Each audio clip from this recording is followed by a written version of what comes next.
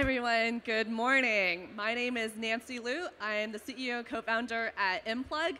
My goal here today is to share a little bit about how we are trying to make all the displays that you see in stadiums, hotels, all the displays you see around us, intelligent, smart. Basically, bringing in public displays and making them into computers. So I'll give you a little background about myself and why I got into doing public computing. My goal is I just love building things that make markets much more efficient and making things that just make sense. So for example, when I was in college, I discovered that to get vaccines delivered around developing countries, it had camels carrying solar panel refrigerators on their backs so that they can deliver this. And that just didn't make any sense at all. And so my co-founder and I, we started this biotech company, and what we developed is a polymer that enables vaccines to survive without refrigeration so that it could be developed and it can be delivered to anywhere in the world. So when I saw that all the displays around us, like billboards, all of it was dumb displays. It just showed information and it wasn't necessarily relevant or meaningful, but this is what displays have looked like for the past decades. And to me, that didn't make any sense at all. I wanted to make sure that we could change that, where displays are interactive and smart. And here's another example. Maybe folks in San Francisco have seen this, but imagine if this display was actually showing really interesting content and if it was actually talking to you. So let me give you an example of what that future might look like if we can actually take displays and make them smart.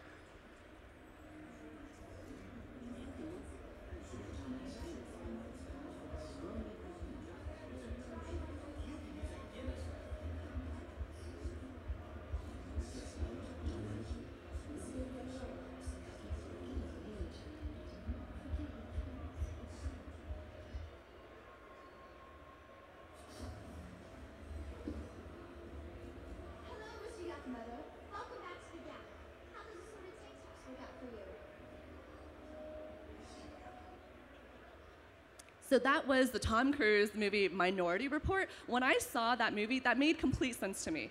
I thought that all of the displays should actually show targeted information to us.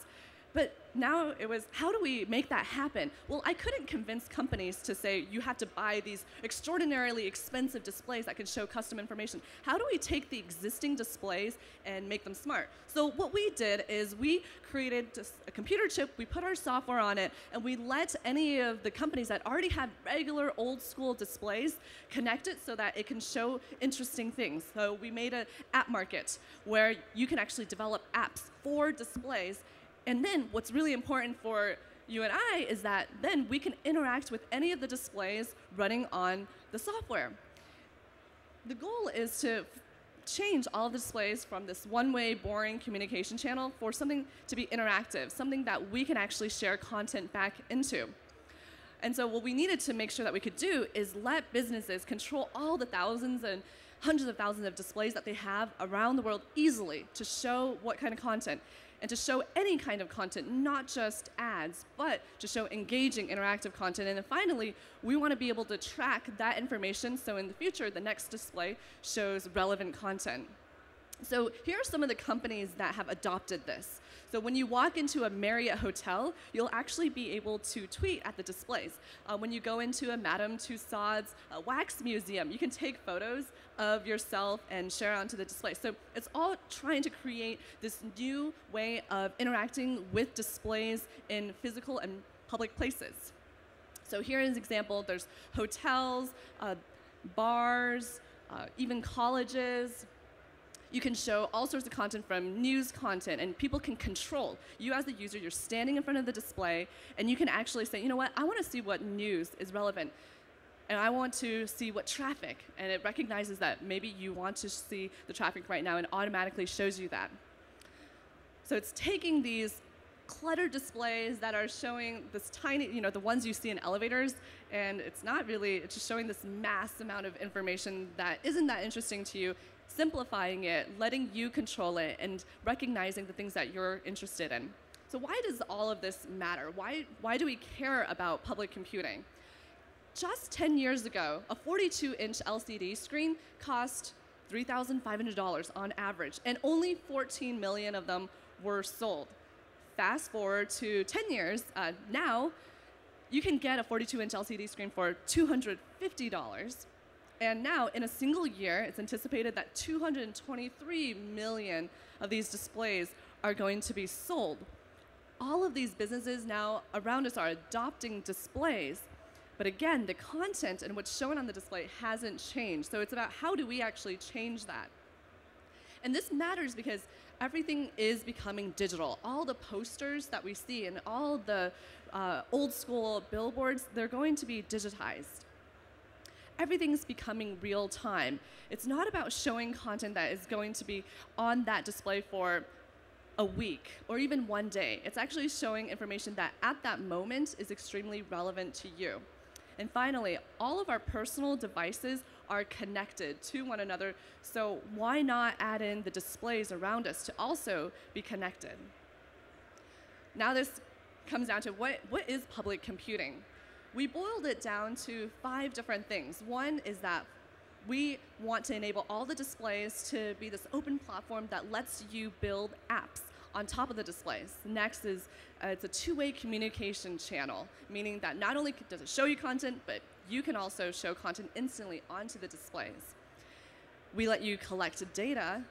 There's smart automation, and then all of the displays. The difference between personal computing and public computing is for personal computing, it's just one-on-one, and for public computing, it's this one display, it's many-to-many and localized.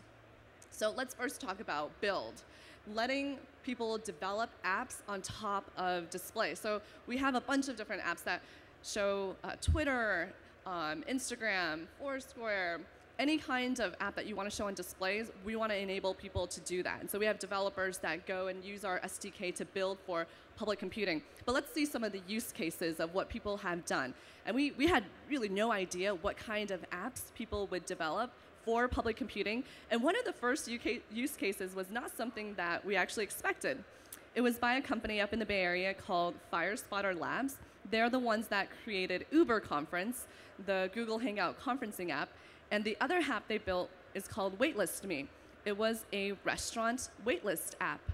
And certainly that wasn't what we had in mind, but it was super cool. Basically, Red Robin's and Buffalo Wild Wings, they had the hosts use this tablet app that showed the real-time waitlist, but the restaurants wanted to show the real-time waitlist on the TV displays.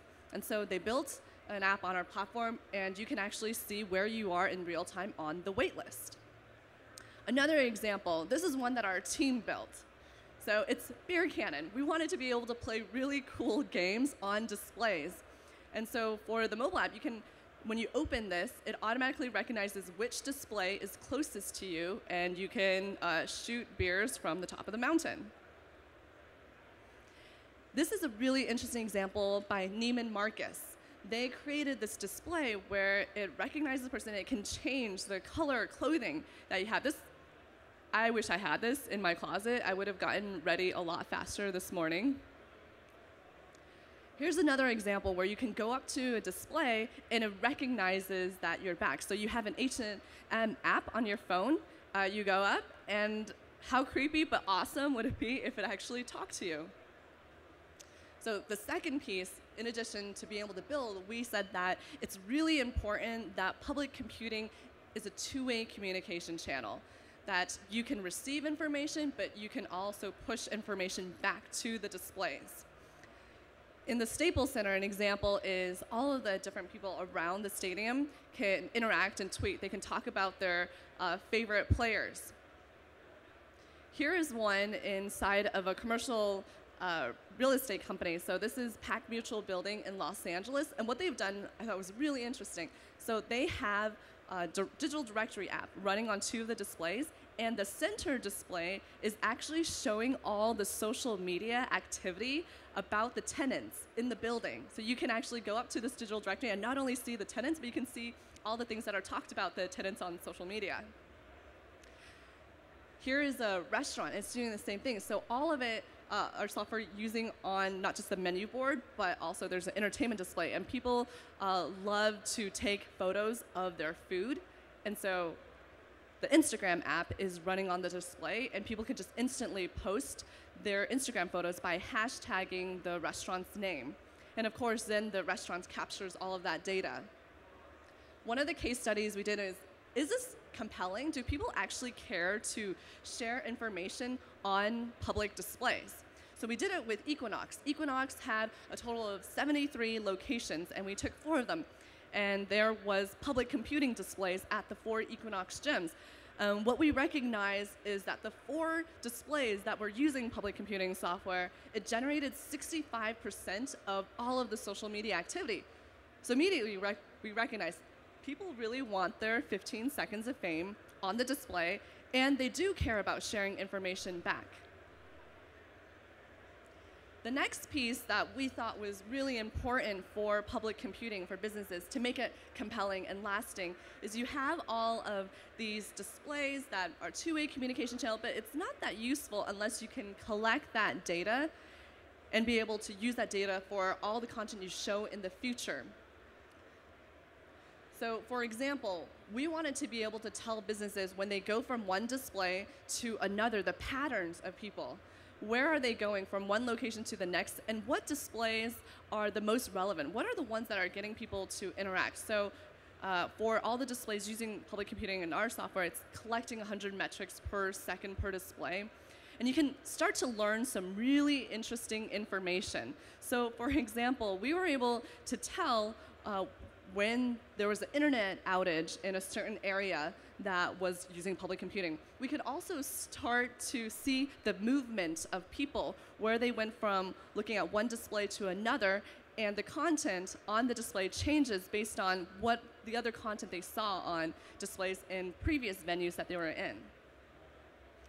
Here's an example where it's taking the data from the point of sale systems, the POS systems, and the menu item prices are changing based on how many people are buying that menu item. So when there is a lot of people buying the salad, then the price of that salad goes up, and then when there's less people, then the price goes down.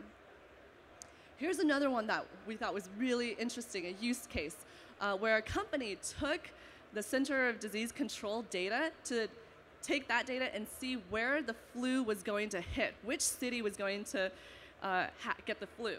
And then they would start pushing content that was telling people to get the flu shot on the displays there.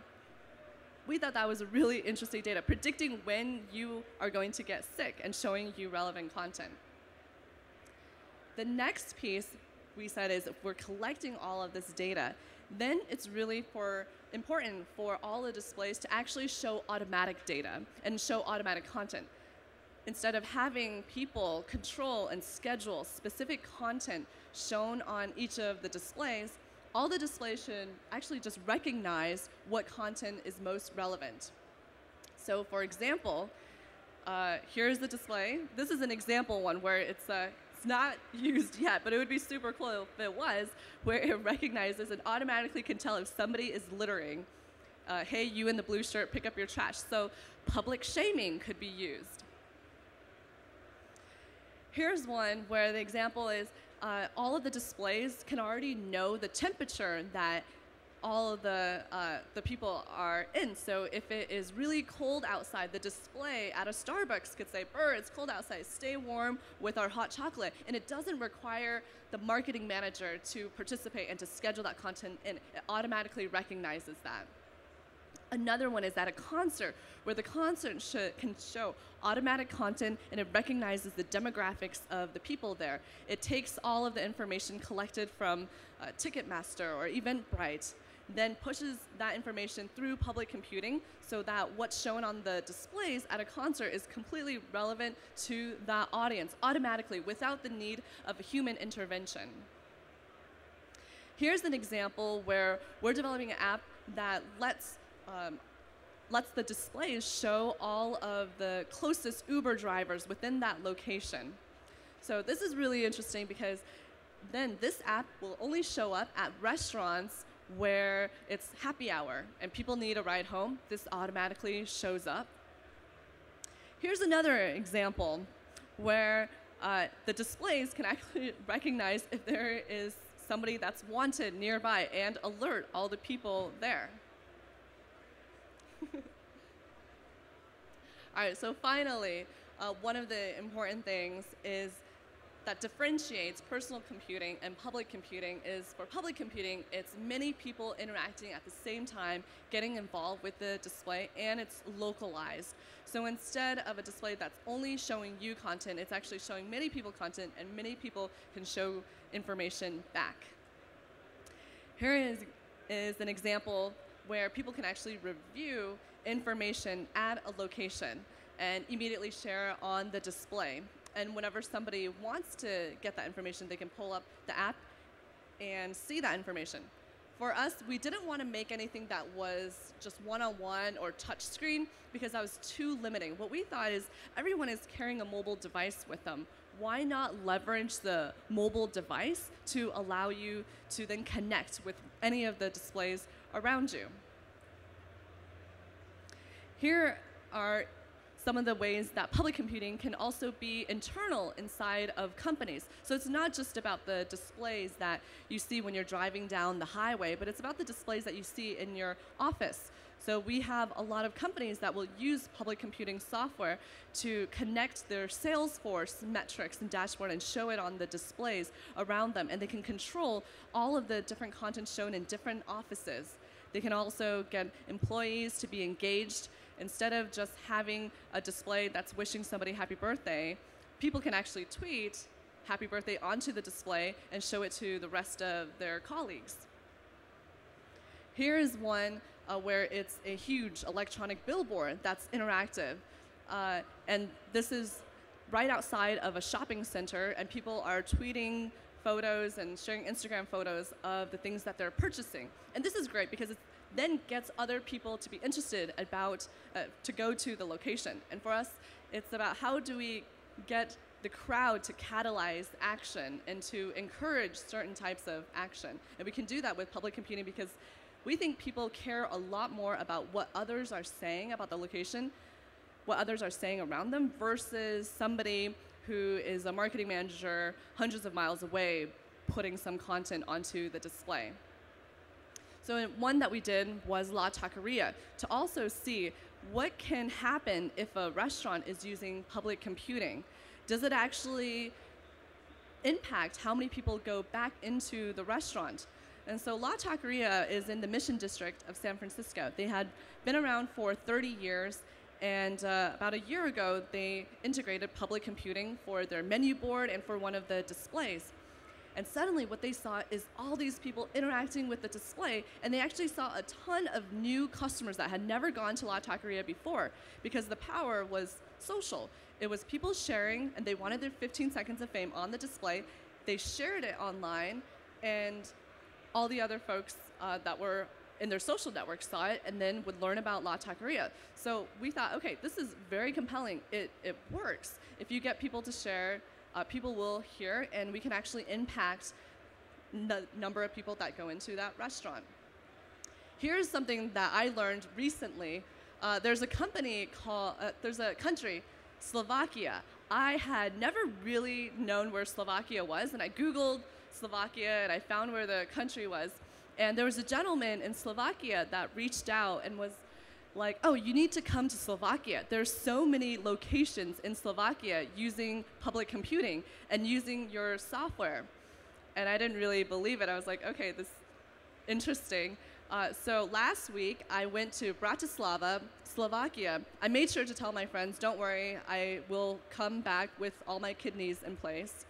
But you know, that's what I thought of Slovakia. So I go there, and lo and behold, every other place that I went to, the shopping mall, a concert, the bar and restaurant, they all had these public computing.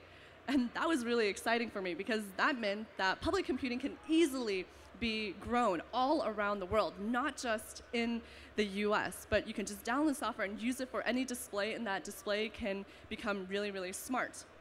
And so to conclude, some of the interesting facts and data points that we have from all the displays running our public computing software is there's over 400 million displays just in the US alone that are dumb displays that can be transformed into something that's really intelligent. It's a matter of how we are going to transform these displays. How do we change, and what happens when we change all of these 400 million displays to be intelligent? I think it's going to be really, really exciting.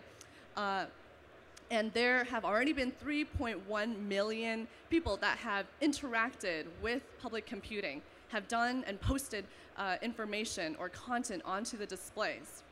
And from those, we have seen, on average, each month, actually 1.7 million unique posts, from sharing photos to sharing tweets on the displays.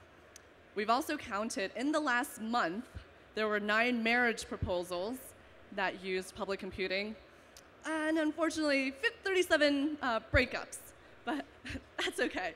So again, the whole point is, if all of us can impact what public computing is and how all the information on displays is transformed, that's pretty exciting. So I hope to encourage people to think about what they can do with public computing, how you can integrate your existing mobile apps and the tools that you've built with public displays.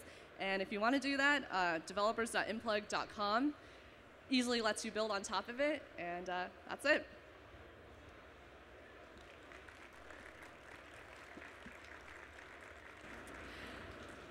Any questions?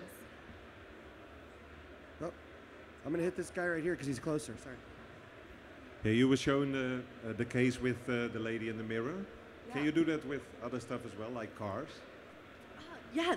The idea is then you can literally connect every display together, and all of it could be running on public computing. It's all unified. You don't have to build a unique app for every single kind of display. You just build one app, and it applies to all displays. So yes, that's what we're going for. Right now, all the displays that work for us is any that has a HDMI port, so that there's a little computer chip that connects to the display. So from a marketing perspective, I mean, I love to engage my customers. I'm less enthralled by the idea of potentially engaging trolls and other people. So how do you control for that using your technology? Yeah, well, I have a potty mouth myself, so the first person to test whether a lot of inappropriate information could be filtered through was just me and all my engineering team tweeting a lot of really inappropriate stuff and posting a lot of inappropriate stuff on the display. So we have a filtering mechanism. We analyze for sentiment. So even if it's a neutral sentiment, we won't show the post, and we let the businesses decide. But then, of course, we also let the businesses say, if they don't want the post to show up in real time, they can moderate each of the pieces of content themselves. Is there anything you can do to filter on the images side as well? Yeah, the images part is trickier. As you know, I think there's many websites that try to do some image filtering, like the video chat websites. So we outsource that, and automatically it goes to a company. I think it's literally people overseas that are like clicking whether or not it's a dick pic. So there are companies that do that, but then the problem is it loses the real-time aspect. So that's what we want to mitigate, and if there are better image filtering tools, we would be the first ones to sign up. Any other questions? Over there, PJ. Last one. He just touched on the obscenity sort of concept, but what about other contextual concepts, like trying to make sure that things are okay to show after things like a terrorist attack, or sensitivity to that sort of timely-based context? Are you saying so mass showing content immediately when something happens? No, more like not showing, a terrorism fighting movie after a terrorist attack kind of deal. Okay, so not showing certain kinds of content controlling. Yeah, that's a really good question. So all of the displays, they're controlled by the people that own the displays. So if they want to show certain types of content, then they can control it, and they can immediately push it to show all around the world or just specific content. Sorry. So it's up to the businesses right now. In the future, let's say the public owns hundreds of the displays and they can control it, then that becomes really interesting to see what kinds of content we let people show and who has the rights to then take over a screen. But that becomes a really interesting question. Okay, Nancy, we're going to have to leave it there. Thank you very much. Thanks.